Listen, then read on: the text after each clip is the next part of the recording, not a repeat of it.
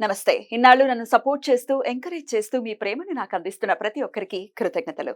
అలాగే ఈ వీడియో కూడా ఖచ్చితంగా మీకు ఉపయోగపడుతుంది. లైక్, షేర్ అండ్ సబ్స్క్రైబ్ చేసి మీ సపోర్ట్‌ని నాకు అందించండి. అలాగే ఈ వీడియో పట్ల మీకున్న అభిప్రాయాన్ని కామెంట్ సెక్షన్‌లో కామెంట్ చేసి తెలియజేయండి.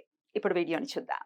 జ్యోతిష్య శాస్త్రం ఒక అద్భుతం. వేదాంగమైన జ్యోతిష్య శాస్త్రం అనేటువంటిది మానవ జీవన గమనానికి ఒక వరం. జ్యోతిష్య శాస్త్రం నీ జీవితంలో వెలుగునింపే ఒక భాష. ఆ భాష నీకు అర్థమైతే ప్రకృతి నీతో మాట్లాడుతుంది. అస్ట్రాలజీ నేర్చుకోవాలి అనుకునే వారికి అద్భుత అవకాశం. మురళీధర శర్మ గారి అస్ట్రాలజీ క్లాసెస్ అతి త్వరలో మొదలు కాబోతున్నాయి. 100% జాబ్ గ్యారంటీ. వివరాల కొరకు సంప్రదించండి.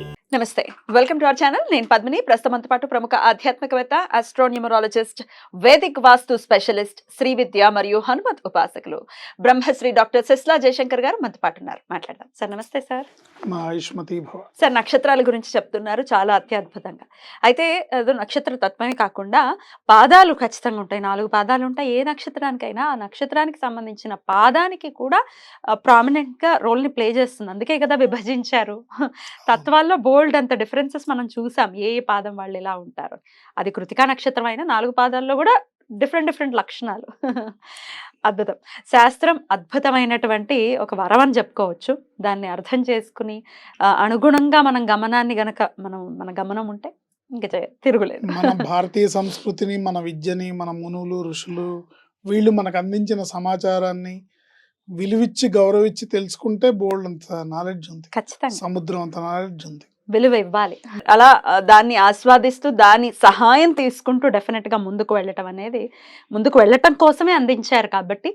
రైట్ సార్, ఇక నక్షత్రాల గురించి చెప్తూ ఉన్నారు కాబట్టి పూర్వాషాఢ వరకు మనం ఆల్రెడీ మాట్లాడుకున్నాము. ఉత్తరాషాఢ నక్షత్రం, ఈ ఉత్తరాషాఢ నక్షత్ర జాతకులు ఎలా ఉంటారు, ఏమేం జీవితంలో ఖచ్చితంగా మార్చుకోవాలి, ఒకసారి మీ ద్వారా. ఉత్తరాషాఢ నక్షత్రానికి రవి అధిపతి. ఈ ఉత్తరాషాఢ నక్షత్రం వాళ్ళు ఎలా ఉంటారంటే కామన్ పాయింట్స్ ఏంటంటే హాస్య ప్రీతి. నవ్వుతూ ఉంటారా?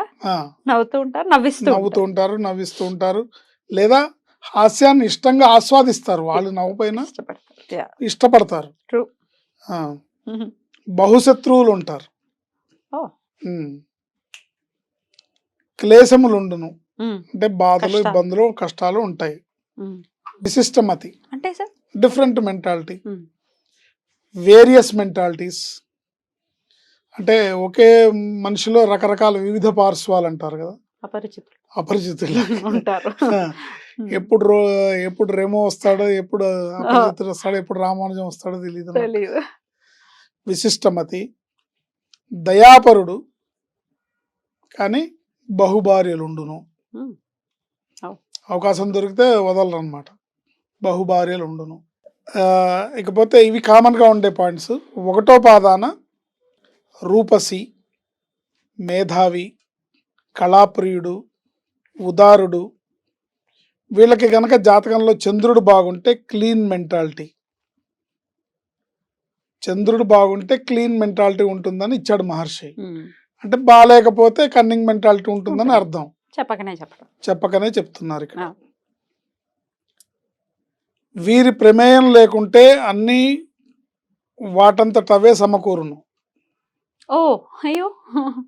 వీరి ప్రమేయం లేకుంటే, అంటే వీళ్ళు ఇన్వాల్వ్ అవ్వకుండా ఉంటే ఆటోమేటిక్గా వాళ్ళకి అన్ని వస్తాయి. సెట్ అయిపోతుంటుంది. ఇన్వాల్వ్ అయి ప్లాన్ చేస్తే మటుకు అనుకున్నవి బెడిసి కొడుతూ ఉంటాయి.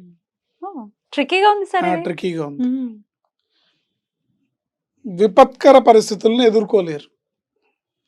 అంటే బేలగా, సెన్సిటివ్గా, ఏదన్నా వచ్చి ఆపద మీద పడితే మొత్తం సరెండర్ అయిపోతారు. ఇది 1వ పాదం. 2వ పాదాన పీనాసి, మాటకారి, బలవంతుడు, కృత్రిమత్వంతో భంగపాటు, ఆర్టిఫిషియాలిటీతో భంగపాట్లు ఉంటాయి. అంటే ఎదుటి వాళ్ళకి అర్థమైపోతుంది ఇది ఆర్టిఫిషియల్, అది అబ్బో చెప్పాడు రా బాబు అని తెలిసిపోతుంది అనమాట. లేని ప్రిన్సిపల్స్ ని ఆపాదించుకుంటారు. యాక్చువల్గా వాళ్ళల్లో లేని ఆపాదించుకొని నేను అలా ఉంటాను, నేను ఇలా ఉంటాను, నేను అది చేస్తానని ఆపాదించుకుంటారు. 3వ పాదాన గర్వి,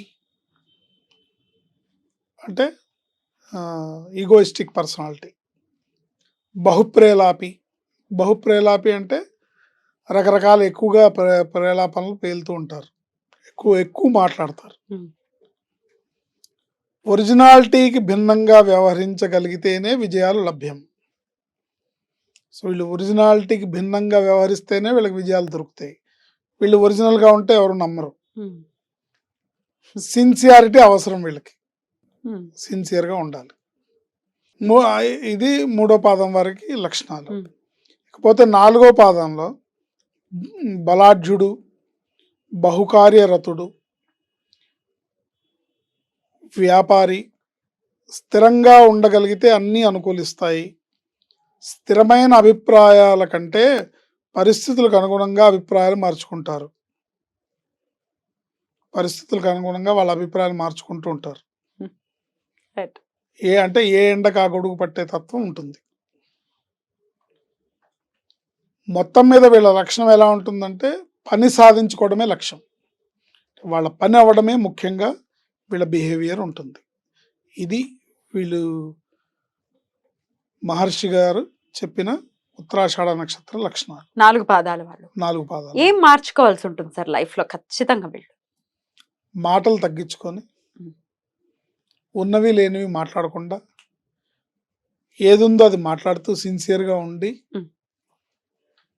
అంటే ఒరిజినాలిటీని పోకుండా, వాళ్ళకి లేనివి ఆపాదించుకోకుండా, ఉన్న వాటిని యాక్సెప్ట్ చేస్తూ న్యాచురల్గా వెళ్తే బాగుంటుంది. బట్ ఆ లక్షణం అది బై బర్త్ వచ్చినప్పుడు లక్షణం నక్షత్ర లక్షణం కాబట్టి బట్ తెలుసుకుంటూ నడుచుకోవడం బెటర్ కదా. నడుచుకోవాలి. At one point of time definite గా మనం చెప్తూ ఉంటే బ్రెయిన్ కి ఇది వద్దు ఇది వద్దు ఇది వద్దు అని దాన్ని ట్యూన్ చేయడమే కదా.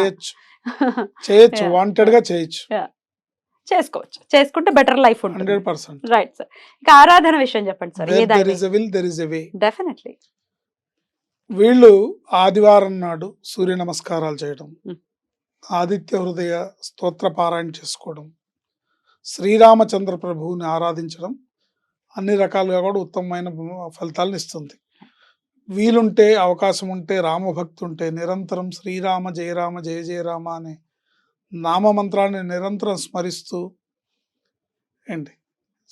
జై శ్రీరామ్ అనే మాటని అడాప్ట్ చేసుకుని రెగ్యులర్గా అంటూ ఉంటే చాలా మంచి ఫలితాలు ఉంటాయి. తప్పకుండా తప్పకుండా డెఫినెట్ గా బోల్డ్ అంత వ్యత్యాసం ఉంది 4 పాదాలకి సంబంధించి కూడా మనం చూసుకుంటే బోల్డ్ అంత వ్యత్యాసం ఉంది కాబట్టి వారి పాదాన్ని అనుసరించి డెఫినెట్ గా చెప్పినటువంటి రెమెడీస్ చేసుకుంటూ అలాగే మార్పుని కూడా తెచ్చుకుని లైఫ్ లో వాళ్ళు ఇప్పుడు ఈ పాదాన్ని ఇలా ఉందన్నప్పుడు నా మెంటాలిటీ ఇలా ఉందనే విషయం తెలుసుకోవాలి. అదొక ఇండికేషన్, అంతే. ఇండికేషన్. దాని అనుగుణంగా మనం ప్రవర్తించాలి. మనం వేలెత్తి చూపించట్లేదు ఎవరిని, బట్ అది తెలుసుకొని మనం మార్చుకుంటే ఏది మంచి ఏది చెడు మనకు తెలుసు. ఎగ్జాక్ట్లీ.